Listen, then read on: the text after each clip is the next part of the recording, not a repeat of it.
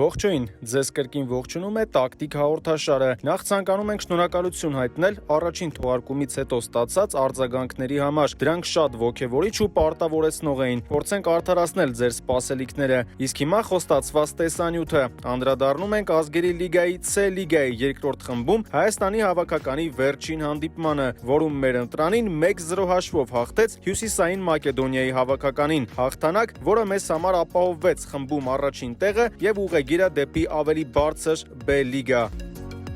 Սկսեցինք։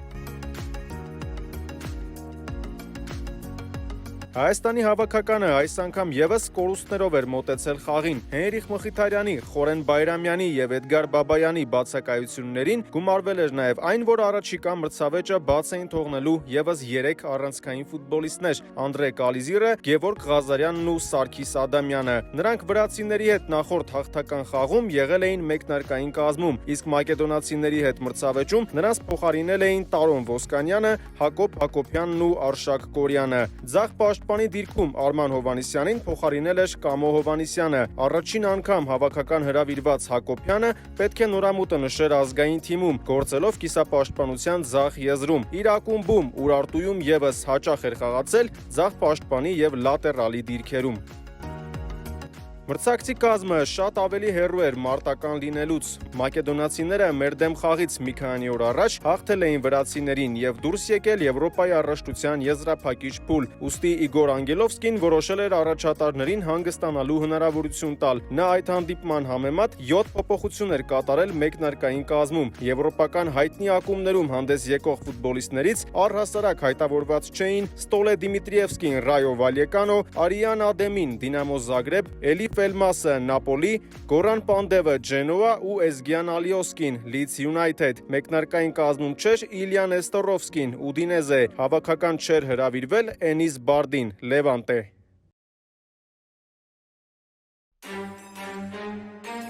Խոակին Կապարոսը չէր փոխել այն խաղային սխեման, որը թիմին հաջողություն էր բերել Վրաստանի դեմ մրցավեճում։ Խոսքը 4-4-2-ի մասին է, որն առավելապես վերաբերում էր թիմի գործողություններին պաշտպանության ժամանակ։ Դիրքային գրոհները այս անգամ էլ բավականին քիչ էին, բայց այդպիսի խաղային իրավիճակների ժամանակ Արշակ Կորյանը, ինչպես նախորդ խաղում Սարգիս Ադամյանը, հանդես էր գալիս համեմատաբար խորքից 10 համարի դիրքում։ Իգոր Անգելովսկին հետաքրքիր սխեմա էր ընտրել 3-4-1-2։ Այս սխեման շատ ճկուն էր եւ կոնկրետ խաղում հենց դրան նախապատվություն տալը ամենևին էլ պատահականություն չէր, բայց այդ ամենի մասին քիչ անց։ Հայաստանի հավաքականը կրկին ընտրել էր համախմբված պաշտպանություն կառուցելու մարտավարությունը եւ շեշտը դրել հակագրոհների վրա։ Դրանք գերազանցապես զարգանում էին աջ եզրով, որտեղ տեղակայվել էր նախորդ 5 խաղում 1 գոլ խփած ու 4 արդյունավետ փոխանցում կատարած Տիգրան Բարսեղյանը։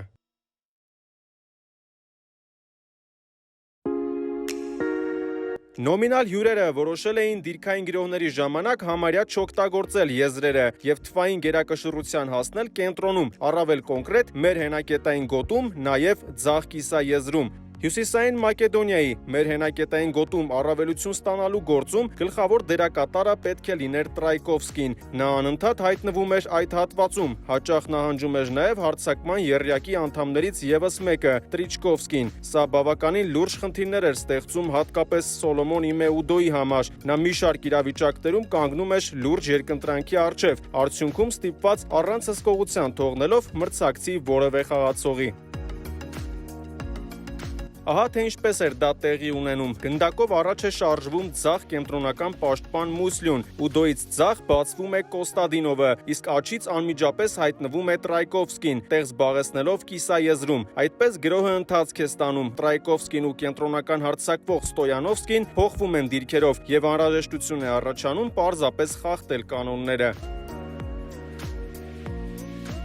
Կամ հետևենք այս գրոհին։ Մակեդոնացիները կրկին ծանրաբեռնել են մեր հենակետային գոտին, այնտեղ դիրքավորվելով միանգամից 4 ֆուտբոլիստներով։ Այստեղ էր հայտնվել կենտրոնական պաշտպաններից Զայկովը, նրան դիմավորեց Գրիգորյանը, Տրայկովսկիին պայքար առաջարկեց Ոսկանյանը, հետևեց հետ փոխանցում Կոստադինովին եւ Ուդոն կրկին հայտնվեց ընտրության առջև։ Գնալ ընդառաջ նրան, թե վերահսկել իրենից առաջ ազատորեն կանգնած Տրիչկովսկիին։ Ուդոն ընտրեց առաջին տարբերակը։ Մրցակիցը հարմարավետ դիրքում էր, կարող էր փոխանցել ձախ կամ գրոհը շարունակել կենտրոնով, որտեղ բացվում էր Ստոյանովսկին։ Այստեղ գերազանց խաղով աչքի ընկավ Հարոյանը, որը գրագետ դադար պահեց, մինչև Ոսկանյանը հասցներ ապահովագրել իրեն ու փակել Ստոյանովսկիին եւ շատ արագ գնաց մրցակցին ընդառաջ, այդպիսով չեզոքացնելով հյուրերի գրոհը։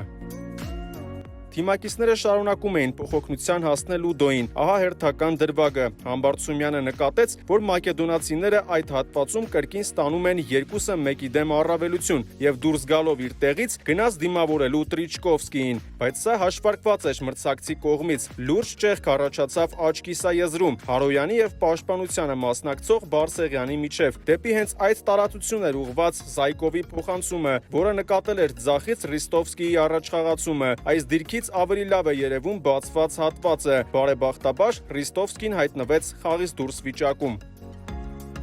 Բայց քանի որ այդ եղանակով համարյա չհաջողվեց վտանգավոր պահեր ստեղծել, մրցակիցը խաղակեսի միջնամասից հետո հազվադեպ էր ծանրաբեռնում այդ հատվածը, կենտրոնանալով եզրերի վրա, որտեղ մինչ այդ դիրքային գրոհների ժամանակ թվային առավելություն ստանալ չէր հաջողվում։ Հակոբյանն ու Հովանեսյանը միմյանց հաջողությամբ փոխօգնում էին ձախ եզրում, Համբարձումյանը եւ Բարսեղյանը աջ թևում։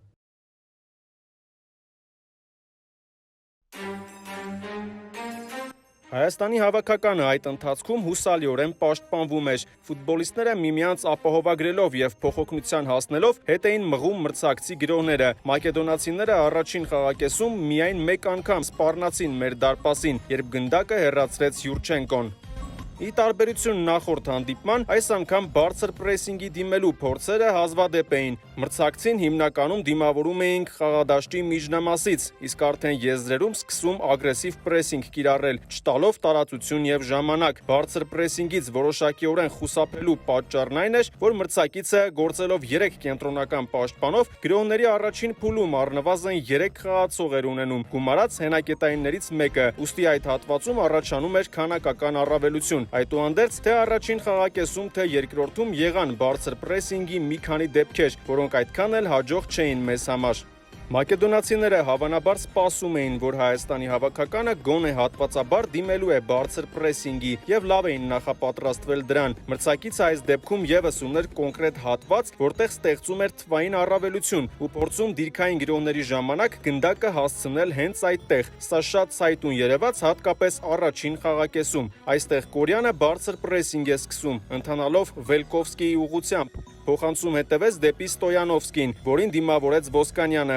Տոտրեին խանգարելու գնաց Գրիգորյանը, վերջինիս արագորեն փոխօգնության հասավ Կարապետյանը, բայց Տոտրեն հասցրեց փոխանցել Վելկովսկիին, որն էլ գնդակը մեկ հպումով հասցեագրեց ձախ։ Տեսեք, թե ինչ իրավիճակ է հակառակ եզրում։ Երկու մակեդոնացիներ լրիվ ազատ կանգնած են ու գրոհը շարունակելու շատ լավ տարբերակ է առաջացել։ Ակնհայտ է, որ մրցակիցը գրոհի հենց սկզբից էլ նախատեսել էր գնդակն ի վերջո հասցնել հենց այս հատված, որտեղ նախապես տեղակայել էր համապատասխան թվով ֆուտբոլիստների։ Ուդոն արագորեն նահանջեց, բայց քանի որ Համբարձումյանը չէր կարող թողնել իր դիրքը ու առաջ գալ, մրցակիցը 2-1-ի դեմ թվային առավելություն ունենալու շնորհիվ արագորեն խաղարկեց գնդակը եւ դուրս եկավ հարվածային դիրք։ Այս դիտանկյունից ավելի լավ է երևում, թե ինչպիսի ազատ տարածություն էր գոյացել մեր հենակետային գոտում։ Արդյունքում Տրայկովսկին հարվածեց, բայց Յուրչենկոն հեռացրեց գնդակը։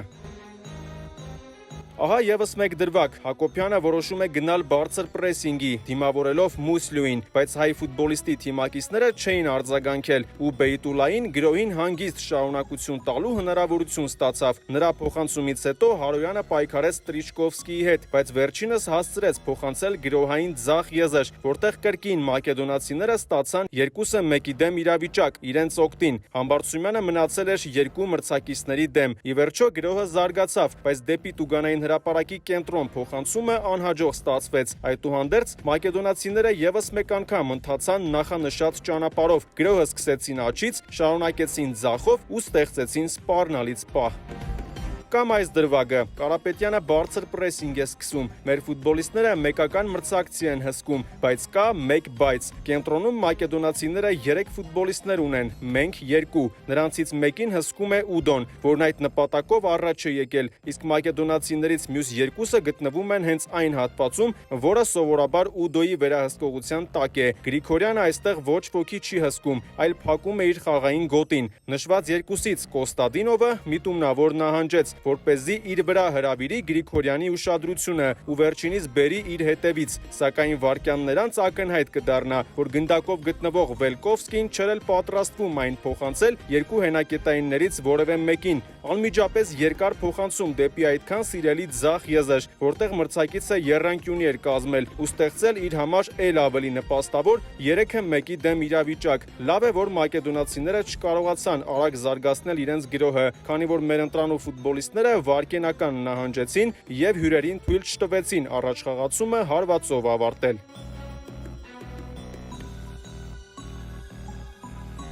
Ներկայացնենք եւս մեկ դրվագ։ Մակեդոնացիները գրոհի առաջին հատվածում դիրքավորվել էին 4 ֆուտբոլիստներով։ Կենտրոնական պաշտպանների կողքին էր հայտնվել հենակետային Տոտրեն։ Սա պատահական չէր արված։ Տոտրեին պարտավորվել էր հսկել Հակոբյանը։ Դրա շարունակությունն այն է, որ մեր մյուս կիսապաշտպաններ Գրիգորյանը եւ Ուդոն պետք է ավելի մեծ տարածություն փակեին, այսինքն լինեին իրարից ավելի հեռու։ Մրցակիցը այսպես անհրաժեշտ բացեր էր առաջացնում մեր կիսադաշտում։ Այս պատկերից տպավորություն է ստեղծվում, թե մերոնք բոլորին փակել են, բայց արի ուտես, որ կանգնում ենք նույն խնդրի առջև։ Ձախ կիսաեզրում բացվում է Տրիչկովսկին եւ Ուդոն չգիտի պահել իր խաղացողին, թե գնալ Տրիչկովսկիի ուղղությամբ։ Գնահատելով իրավիճակը, Հարոյանը ռիսկի է դիմում եւ գալիս այդ հատված։ Այստեղ գնդակով գտնվող Վելկովսկին շատ հանգիստ ընթացավ առաջ, փոխանցեց Տրիչկովսկիին, հենց այս պահին կրկին տեսնում ենք ավանդական դարձած 2-1-ի դեմ իրավիճակը հոգուտ մրցակցի, բայց լավ է, որ մեր տղաները այս անգամ եւս հուսալի խաղացին գրոհի ավարտական փուլում։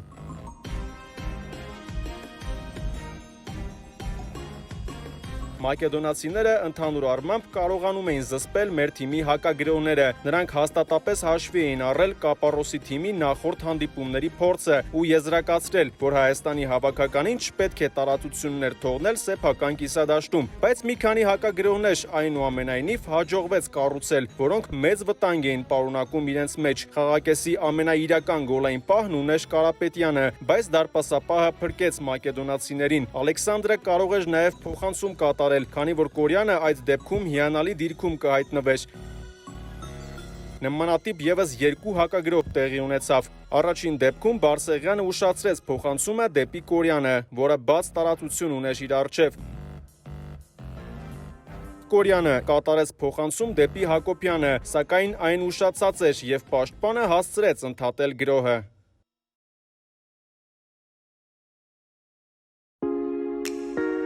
Նախ Կապարոսը ընդմիջումից անմիջապես հետո 2 փոփոխություն կատարեց։ Վբեյմար Ռանգուլոն փոխարինեց Ուդոին, իսկ Վահան Բիչախչյանը Կարապետյանին։ Բիչախչյանը տեղակայվեց աջ եզրում, իսկ Բարսեղյանը շարժվեց հարձակման կենտրոն։ Անգուլոն էլ հանդես էր գալիս հենակետային կիսապաշտպանի դիրքում։ Փոխարինման մտած ֆուտբոլիստները շատ լավ ներգրավվեցին խաղին։ Այս փոփոխությունները անչափ տեղին էին, որովհետև թիմը ընդամենը 3 օր առաջ էր եւս մեկ շատ ինտենսիվ խաղ անցկացրել, ուստի որոշակի թարմություն մտցնելը խիստ անհրաժեշտություն էր։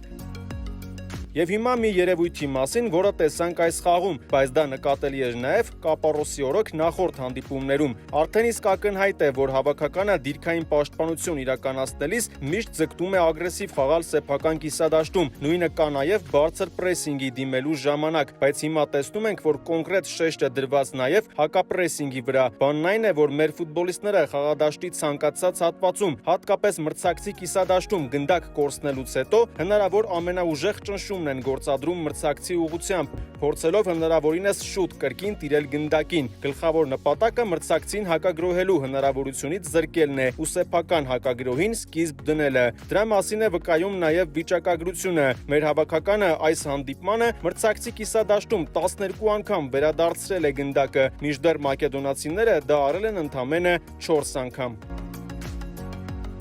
Այդ ամենին ականատես եղանք հանդիպման մի շարք դրվագներում, նույնիսկ գոլային դրվագը, կարելի ասել, ծնվեց կիրառված գերազանց հակապրեսինգից։ Մեր ֆուտբոլիստները ձախ եզրում կորցրին գնդակը, ինչից անմիջապես հետո Հակոբյանը հակապրեսինգ սկսեց, նրան շարունակեց Կորյանը եւ հաջողվեց գնդակը դուրս հանել դաշտի սահմաններից։ Այստեղ գնդակը անցավ մեզ, այն արագորեն կորցրինք, Տոտրեն գնդակը լավ չմշակեց, Անգուլոն դիմեց հակապրեսինգի ու նրան ստիպեց բարդ որոշում կայացնել, եզրային նետման իրավունքը անցավ մեզ, ահա այստեղ էլ կառուցվեց մեր գոլային գրոհը, այստեղ պարզապես ուշադրություն դարձրեք, որ Բիչախչյանը գրոհի սկզբնական փուլում նույնիսկ չնայեց Համբարձումյանի կողմը, նույնն էլ փոխանցման պահին, նա նախապես էր նկատել պաշտպանի զբաղեցրած բարձր դիրքը, իսկ տվյալ պահին պարզապես զգաց, որ թիմակիցը բացվում է ու գերազանց փոխանցումով նրան դուրս բերեց հարվածային դիրք, իսկ ամեն ինչի հիմքը դրել էր հիանալի հակապրեսինգը։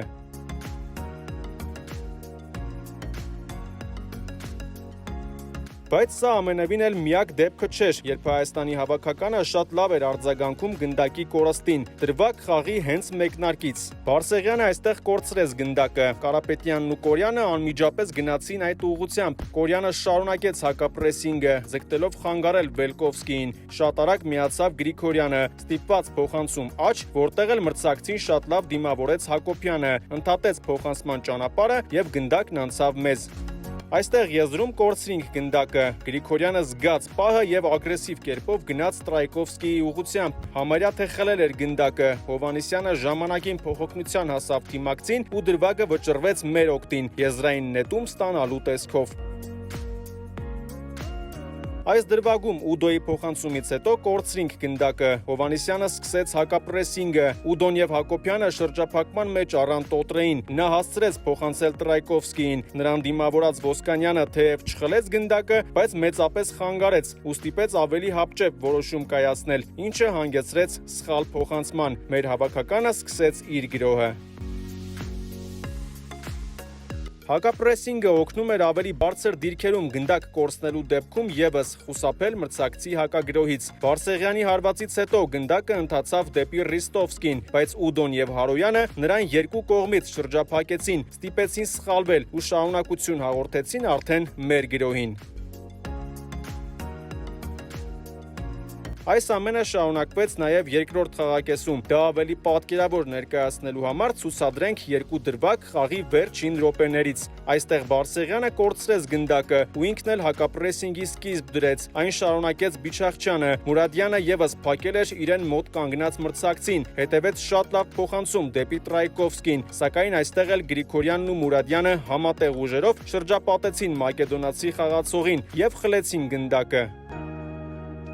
Հովհաննիսյանի փոխանցումից հետո գնդակը բաժին հասավ մրցակցին, Սերոբ Գրիգորյանը միանգամից նետվեց մրցակցի ուղղությամբ, նա այլ տարբերակ չունենալով ստիպված էր հետ փոխանցում կատարել, սակայն այստեղ էլ Հովհաննիսյանը եւ Բիչախչյանը հասցրին դիմավորել Մուսլյուին, վերջինս լավ կողմնորոշվեց ու փոխանցեց առաջ, բայց այս դեպքում էլ Ոսկանյանը ժամանակին ընդառաջ եկավ ու հեռացրեց գնդակը, պայքարի մեջ մտավ Տրայչևսկին, սակայն նրան չհաջողվեց հաղթող դուրս գալ Իշխանյանի ու Հովհաննիսյանի հետ միաժամանակյա պայքարում, հետևաբար ստացանք եզրային նետման իրավունք, ինչը շատ կարևոր էր խաղի վերջին վայրկյաններին։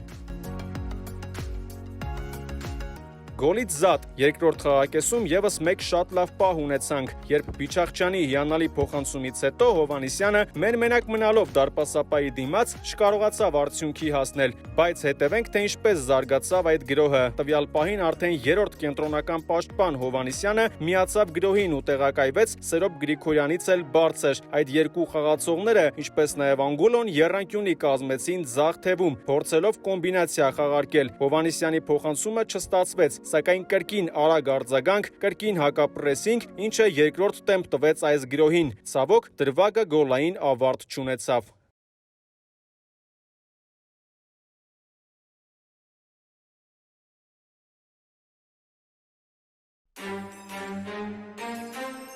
Այդ ընթացքում մակեդոնացիները դադարեցին գրոհել կենտրոնով ու սկսեցին ծանրաբեռնել մեր երկու եզրերը, հիմնականում աչը։ Երեք կենտրոնական պաշտպաններից Մուսլյուն եւս սկսեց հաճախ առաջ գնալ։ Այդ հատվածում էր բացվում նաեւ շատ ակտիվ տեղաշարժվող Տրայկովսկին։ Այստեղ մակեդոնացիները կենտրոնացել էին հենց մեր աչ եզրով պաշտպանությունը ճեղքելու վրա։ Այս պահին ամեն ինչ վերահսկողության տակ է։ Մեր խաղացողները հսկում են մեկական մրցակցի, սակայն Բարսեղյանը այստեղ կորցնում է ուշադրությունը ու բաց բաց թողնում Ռիստովսկիին, որը կիսաեզրում մնում է առանց հսկողության։ Կարապետյանն էլ այդ ընթացքում բաց էր թողել գրոհին միացած պաշտպան Մուսլյուին։ Այս դիրքից շատ լավ է երևում, թե ինչպես մակեդոնացիներին հաջողվեց շատ արագ 5-3-ի դեմ թվային առավելություն ստանալ, ինչը շատ նպաստավոր պայմաններ ստեղծեց գրոհը շարունակելու համար։ Կորյանը գնահատեց իրավիճակը եւ շտապեց Ռիստովսկիի կողմը, բայց նրան խանգարել չկարողացավ։ Մակեդոնացիները այս գրոհի ընթացքում երկու շատ լավ պահ կորցրին գոլ խփելու համար։ Փորձ արվեց նման կերպով գործել նաև հակառակ եզրում։ Այս դրվագում չնայած նախապես ունեինք թվային առավելություն, մի պահ թվաց, թե մրցակցի անհատական գործողությունները լուրջ խնդիրներ են ստեղծելու մեզ համար, սակայն կատարված փոխանցումից հետո ընդգծվեց, թե ինչպես մեր հավաքականը արագորեն 4-3-ի դեմ իրավիճակ ստեղծեց հօգուտ մեզ։ Միաժամանակ մակեդոնացիները եռանկյունի կազմեցին ու պատրաստվում էին կոմբինացիա խաղարկել, բայց Հայաստանի ընտրանու ֆուտբոլիստները աչալրջորեն հսկում էին մեկական մրցակցի, ինչի շնորհիվ էլ ի վերջո հաջողվեց վերջ դնել այս գրոհին։ Նույնը շարունակվեց երկրորդ խաղակեսում։ Այստեղ անզեն աչքով երևում է մակեդոնացիների կազմած հերթական եռանկյունին։ Նաև ակնհայտ է, որ թիմը մտադիր է մեկ հպումով փոխանցումներով աջից արագորեն ճեղքել մեր պաշտպանությունը, բայց Բիչախչյանը շատ արագ կարդաց պահը, այնպես կանգնեց, որ Ռիստովսկին արդեն չէր կարող փոխանցում կատարել դեպի Ստոյանովսկին, իսկ նա հաստատապես այդպես էլ ծրագրել էր։ Այլ որոշում, սխալ փոխանցում եւ մրցակիցը կորցրեց գնդակը։ Այստեղ էլ Տրայկովսկին է բացվում Համբարձումյանի թիկունքից։ Հակոբյանը դա տեսավ ու շատ արագ փակեց այդ խաղացողին։ Այդ եզր տեղափոխվեց նաև Նեստորովսկին։ Նրա հետ եկավ նաև շողքի պես հետապնդող Հարոյանը։ Քանի որ այդ հատվածում էր նաև Գրիգորյանը, մրցակիցը ոչ մի կերպ չկարողացավ քանակական առավելություն ստանալ։ Դեռ ավելին, մենք ունեինք թվային գերակշռություն։ Համբարձումյանը միանգամից զբաղեցրեց Հարոյանի տեղը, քանի որ վերջինս էլ եկել էր իր գոտի, աջ պաշտպանի դիրք։ Գնդակով Ռիստովսկին է, նրան Գրիգորյանն է դիմավորել, բայց Համբարձումյանը պատրաստ է ապահովագրել, եթե մակեդոնացին հանկարծ փորձի անհատական անցում ձեռնարկել։ Դա չեղավ, փոխանցում հետևեց դեպի Նեստորովսկին։ Այստեղ էլ գուցե վերջինս որոշի շրջանցել Հարոյանին, բայց նկատենք, որ Համբարձումյանը հիմա էլ պատրաստ է Հարոյանին ապահովագրել։ Հասկանալով այս ամենը, տեսնելով մեր ֆուտբոլիստների փայլուն թիմային աշխատանքը, միմյանց փոխօգնությունը, Նեստորովսկին որոշեց արագորեն փոխել գրոհի ուղղությունը։ Այո, ապահովագրությունը բարձր մակարդակի վրա էր։ Այս գրոհի ժամանակ Բիչախչյանը նախ խլեց, հետո կորցրեց, հետո էլի խլեց ու կորցրեց գնդակը։ Տրայկովսկին հնարամիտ գործողությամբ շրջանցեց նրան ու Համբարձումյանին, բայց նրանց ապահովագրեց Գրիգորյանը, որը հերթական անգամ հուսալի խաղ ցուցադրեց։ Կամ այս դրվագը Բիչախչյանը դիմավորել է Տրայկովսկիին։ Չնայած գյումրեցի ֆուտբոլիստը սեփական ուժերով կխանգարի ու կընդհատի գրոհը, ուշադրություն դարձրեք Բիչախչյանի թիկունքում կանգնած Բարսեղյանին եւ Մուրադյանին։ Նրանք այնպիսի դիրքերում են, որ պատրաստ են ցանկացած զարգացման ու անհրաժեշտության դեպքում օգնության կհասնեն թիմակցին։ Դրա կարիքը այնուամենայնիվ չեղավ։ Սա էլ ամենահատկանշական դրվագներից մեկն է ու կրկին ապացուցում է, որ մրցակցի պլան B-ն նույնպես չաշխատեց։ Մակեդոնացիները հիմա էլ 4 ֆուտբոլիստներով են ներկայացված մեր աջ եզրում, բայց ինչն է ամենակարևորը, չի հաջողվում ոչ միայն քանակական առավելություն ստեղծել, այլև նույնիսկ հավասարություն ունենալ, ինչը կտա գրոհը հաջողությամբ շարունակելու որոշ շանսեր։ Մեր հավաքականը 5 խաղացողներով է ներկայացված, ինչը հերթական անգամ իջիկ է դարձնում մրցակցի այդ եզրով գրոհ անցկացնելու բոլոր հույսերը։ Ռիստովսկին երկար պտտվելուց եւ ելք չգտնելուց հետո ոչ մի վտանգ չներկայացնող հեռահար հարված կատարեց։ Կապարոսը 65-րդ րոպեին Արշակ Կորյանի փոխարեն խաղադաշտ մտցրեց Սերոբ Գրիգորյանին, ինչից հետո սկսեց կիրառվել 5-3-2 խաղային սխեման։ Կամո Հովհաննիսյանը Հարոյանի ու Ոսկանյանի հետ միասին գործում էր պաշտպանության կենտրոնում։ Հետագայում փոխարինման մտավ նաև հենակետային Կարեն Մուրադյանը։ Սխեման դարձավ 5-4-1։ Հայաստանի հավաքականը առավելապես երկրորդ խաղակեսում թիմային հիանալի գործողությունների շնորհիվ կարողանում էր չեզոքացնել մրցակցի բոլոր փորձերը։ Հյուրերին ընթացքում օգնեց նաև խաղային սխեմայի փոփոխությունը։ Յուրչենկոն ընդմիջումից հետո համարյա ոչ մի անգամ չմտավ խաղի մեջ։ Հայաստանի հավաքականը պահպանեց հաղթանակը, որն անչափ կարևոր էր բոլոր առումներով։ Այս մրցավեճում ևս մրցակցից քիչ տիրեցինք գնդակին։ Տոկոսային հարաբերակցությամբ 66-34-ի դիմաց հօգուտ մակեդոնացիների։ Վերջիններս ընդհանուր կատարեցին 641 փոխանցում, մենք ընդամենը 301։ Սակայն ամենակարևորն այն է, որ իրական գոլային պահերի տեսանկյունից բացահայտ էր մեր թիմի առավելությունը 4-1։ Անգելովսկիի թիմը աչքի ընկավ ընդամենը մի քանի հեռահար հարվածներով, նույնիսկ հարվածների քանակով առաջ անցանք նրանցից։ Դեպի դարպասը 13-12, դարպասին 5-3։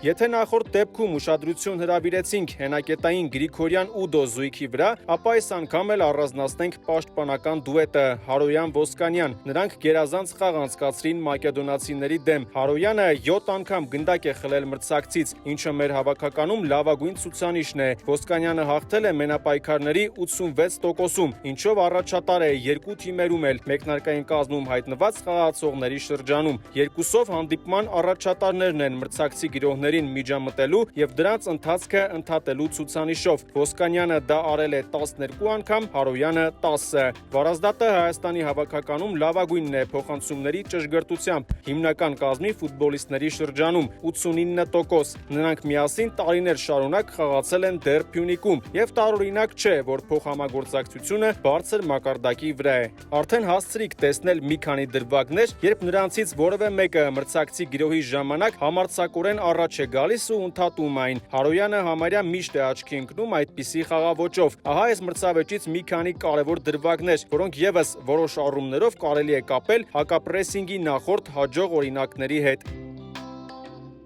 Այստեղ բարձր դիրքում կորստում ենք գնդակը։ Ուդոն դիմավորեց Տրայկովսկիին, Ոսկանյանն էլ Ստոյանովսկիին։ Վերջինս զգաց հայ պաշտպանի շնչառությունն ու հետ փոխանցում կատարեց։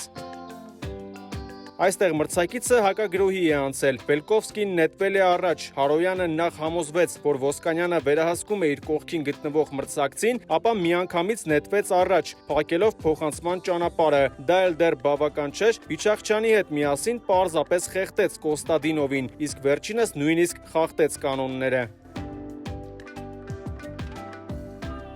Տեսեք, թե այստեղ ինչքան ճիշտ է ընտրում պահն ու դիմավորում Տրայկովսկիին, իսկ գործի մնացած մասը թողնում Անգուլոյին եւ Արտակ Գրիգորյանին։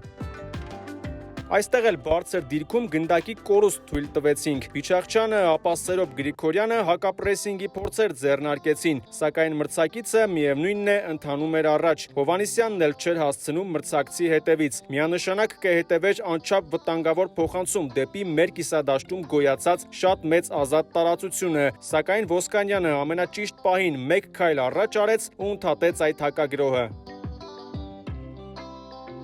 Ահա կրկին կորցրինք գնդակը մրցակցի կիսադաշտում, փոխանցում հետևեց առաջ, Գրիգորյանը չհասավ գնդակին, իսկ Հարոյանը կրկին դրսևորեց իր լավագույն կողմերը, կոշտ պայքարում, բայց կանոնների սահմաններում խրելով գնդակը մրցակցից։ Վիչախչյանը այս խաղում ևս փոխարինման մտնելուց հետո ազդեց հանդիպման ընթացքի վրա, կատարեց որոշիչ գոլային փոխանցում, կարող էր ևս մեկ ասիստ լինել, եթե Հովանեսյանը դարպասապայի դիմաց մենմենակ մնալուց հետո գոլ խփեր։ Վահանը կատարած երկու առանցքային փոխանցումով հանդիպման առաջատարն է երկու թիմերի կազմերում էլ, լավ աշխատեց նաև պաշտպանությունում։ Այո, այս հաղթանակը մեզ դժվար թե պարգևի աշխարհի առաջնության ուղեգիր, բայց միանշանակ կտա հավատ ապագայի հանդեպ։ Թե վրացիները, թե մակեդոնացիները լուրջ կորուստներ ունեին մեր դեմ հանդիպումներում, սակայն մենք էլ առաջատար խաղացողների պակաս ունեինք, հատկապես վերջին մրցավեճում։ Երկու հանդիպումներում էլ տեսանք իսկական թիմային ֆուտբոլ։ Ինչ վերաբերում է Կապարոսին, ապա նա շատ ծանր ժամանակաշրջանում գլխավորեց հավաքականը, համավարակ պատերազմ, այդպես էլ չհասցրեց որևէ ընկերական խաղ անցկացնել, իսկ դա շատ կարևոր է ցանկացած մարզչի համար։ Նա փաստացի փորձարկումներ կատարեց հենց պաշտոնական հանդիպումների ժամանակ։ Կային մի շարք կորուստներ, հավաքականն իր 6 խաղից 4-ն անցկացրեց առանց Հենրիխ Մխիթարյանի ու պետք է ասել, որ արժանապատիվ տեսք ուներ այդ մրցավեճերում։ կարողացանք լավ հակագրոհային ֆուտբոլ ցուցադրել։ Դա դեռ պետք կգա, բայց առաջիկայում կլինեն նաև հանդիպումներ, երբ հարկավոր կլինի ավելի շատ աչքի ընկնել դիրքային գրոհներով։ Մասնավորապես, հենց Լիխտենշտեյնի դեմ նախորդ խաղերում հագեցած պաշտպանություն ճեղքել չկարողանալու պատճառներով բազմաթիվ խնդիրների ենք բախվել, սակայն միաժամանակ հասկանալի է, որ այդպիսի ֆուտբոլ ներդնելը, այն էլ հավաքականում, ժամանակ է պահանջում։ Խնդիրն ավելի է բարդանում, եթե թիմը ընկերական խաղեր չի անցկացնում։ Որոշ հետաքրքրական վիճակագրական տվյալներ. 6 գոլ ենք բաց թողել ազգերի լիգայի այս մրցաշարում, բայց միայն 2-ն են եղել խաղային իրադրություններից, 4-ը գրանցվել են ստանդարտներից, դրանցից 3-ը 11 մետրանոցներից։ Ազգերի լիգայում հանդես եկած 55 հավաքականների մեջ 7-րդ վատագույն ցուցանիշն ունենք փոխանցումների ճշգրտությամբ՝ 79%։ Օրինակ, մեր խմբում ընդգրկված Հյուսիսային Մակեդոնիայի դեպքում այդ ցուցանիշը կազմում է 84%, իսկ Վրաստանի դեպքում 87%։ Միաժամանակ 10-րդ տեղում ենք ամենաշատ գնդակ կորցրած հավաքականների թվում։ Հակապրեսինգի մասին արդեն շատ խոսվեց։ Դրա լավ կիրառման մասին է վկայում նաև այն, որ մրցակցի կիսադաշտում գնդակ կորցնելուց հետո մեր խմբի թիմերի շրջանում ամենաշատն ենք վերադարձրել գնդակը՝ 67 անգամ։ Հետաքրքիր է, որ այդ ցուցանիշով գերազանցում ենք նույնիսկ A-լիգայում հանդես եկած Անգլիայի, Պորտուգալիայի, Ֆրանսիայի և Բելգիայի հավաքականներին։ Այդ 6 խաղերում միջինում ժամանակի 43%-ում ենք տիրել գնդակին։ Մեր խմբում այդ ցուցանիշով գերազանցելով միայն Էստոնիային, այն էլ ընդամենը 1%-ով։ Ազգերի լիգային մասնակցած 55 հավաքականների շրջանում 9-րդ ամենացածր ցուցանիշն ունենք այդ առումով, սակայն այս անգամ էլ ապացուցվեց, որ գնդակի վերահսկողությունը դեռ հաղթանակի երաշխիք չէ։ Օրինակ, Վրաստանը միջին հաշվարկով ժամանակի 60%-ում է վերահսկել գնդակը, ինչը ոչ միայն լավագույն ցուցանիշն է մեր խմբում, այլև երրորդ ամենաբարձրն ամբողջ ազգերի լիգայում։ Այդուհանդերձ, վրացիները մեր խմբում զբաղեցրին միայն երրորդ հորիզոնականը։ Դեպի դարպասը կատարած հարվածների քանակով առաջատարն էինք մեր խմբում՝ 69 հարված, մեզ մոտ է գտնվում միայն Վրաստանը՝ 68, իսկ հենց դարպասին հարվածների քանակով հավասարություն է մեր ու վրացիների միջև՝ 26-ական հարված։ Տիգրան Բարսեղյանը դարձավ ամբողջ ազգերի լիգայում ամենաշատ գոլային փոխանցում կատարած ֆուտբոլիստը՝ 4 ասիստ, բայց եւ հետաքրքիր է, որ նա ու Ալեքսանդր Կարապետյանը մտնում են ամենաշատ գնդակ կորցրած 15 ֆուտբոլիստների շարք։ Կարապետյանը 60 անգամ է գնդակ կորցրել ու շատ մեծ ցուցակում զբաղեցնում է 7-րդ տեղը, իսկ Բարսեղյանը կորցրած 54 գնդակով գտնվում է 14-րդ տեղում։ Մեր առավելապես երկար փոխանցումներով խաղալու վկայությունն է նաև այն, որ Կարապետյանը երկրորդ ամենաշատ օդային մենապայքարների մեջ մտած ֆուտբոլիստն է՝ 78 անգամ, զիջելով միայն Արտյոմ Ձյուբային, իսկ այդ ցուցակի լավագույն տասնյակում հայտնված խաղացողների շրջանում 5-րդ լավագույնն է հաղթած մենապայքարների տոկոսով՝ 42։ Դե իհարկե պետք է նաև վիճակագրություն, որը կարտացոլի Արտակ Գրիգորյանի խաղադաշտում կատարած մեծ աշխատանքը։ Ահա, նա մտնում է ազգերի լիգայում մրցակցի կիսադաշտում ամենաշատ գնդակ վերադարձրած 15 խաղացողների շարք, դա արած լինելով 12 անգամ։ Նրան գերազանցող ֆուտբոլիստներից օրինակ Սերխիո Ռամոսը դա արել է 15 անգամ, իսկ լավագույն ցուցանիշն ունեցող Գրանիտ Ջական 20 անգամ։ Հայաստանի հավաքականի 9 գոլերն էլ խփել են ընտրանու տարբեր ֆուտբոլիստներ, ինչը ևս թիմային խաղի վկայություն է։ Միանգամից 9 ֆուտբոլիստներ իրենց նորամուտը նշեցին հավաքականում, ևս 8 ֆուտբոլիստներ հրավիրվեցին երկարատև դադարից հետո, 3-ը խաղաժամանակ ստացան, ևս 3-ն էլ առաջին անգամ միացան երկրի գլխավոր թիմին, բայց ասպարեզ չմտան։ Շատ կարևոր է նաև այն, որ Կապարոսը Սփյուռքի ներուժի հետ մեկտեղ օգտագործում է ներքին ռեսուրսը ևս բազմաթիվ ֆուտբոլիստների հրավիրելով Հայաստանի առաջնությունից։ Սա շատ մեծ շարժառիթ է մեր առաջնության բոլոր խաղացողների համար, որ հաջող ելույթների դեպքում չեն վրիպի Կապարոսի ուշադրությունից։ Այս հաղթանակները կարող են լավ հիմք հանդիսանալ ապագայի համար։ Աշխարհի առաջնության ընտրական փուլում խաղալու ենք ավելի ուժեղ մրցակիցների՝ Գերմանիայի, Իսլանդիայի, Ռումինիայի, արդեն քաջածանոթ Հյուսիսային Մակեդոնիայի եւ Լիխտենշտեյնի հետ։ Վիճակահանությունը կարելի է բավարար գնահատել, այն ոչ մի դեպքում չէր էլ կարող շատ հարմարավետ լինել։ Ուստի համեմատության կարգով ամեն ինչ այդքան էլ վատ չէ։ Առաջիկա խաղերը ցույց կտան մեր հավաքականի իրական պոտենցիալը։ Մեր հաջորդ տեսանյութը նվիրված կլինի Հայաստանի առաջնությանը, Վիբեթ Հայաստանի Պրեմիեր լիգային։ Այնտեղ աշնանային հատվածից հետո եռիշխանություն է հաստատվել, թեժ պայքար է ընթանում։ Գրեք մեկնաբանություններում, թե որ թիմի ցուցադրած խաղի մասին կցանկանայիք տեսանյութ դիտել մեր ալիքում։ Շնորհակալություն եւ մինչ նոր հանդիպում։